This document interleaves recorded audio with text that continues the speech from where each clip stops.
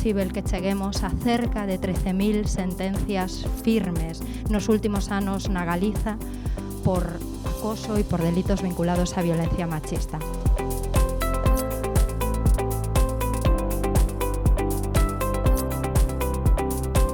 Algunha muller se decide a denunciar, ten que soportar ese sinalamento e tamén en moitas ocasións o feito de ser vetada, tanto igual nesa produción como en futuras producións, polo que dirán, ¿no?, que dentro do propio sector.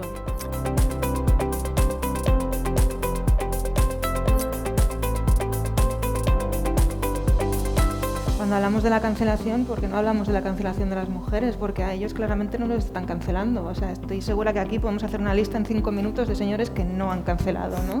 O sea, yo vengo de una ciudad de Madrid donde le van a dar 1,5 millones de euros a Woody Allen, que lo hemos normalizado con nuestro colega o nuestro amigo.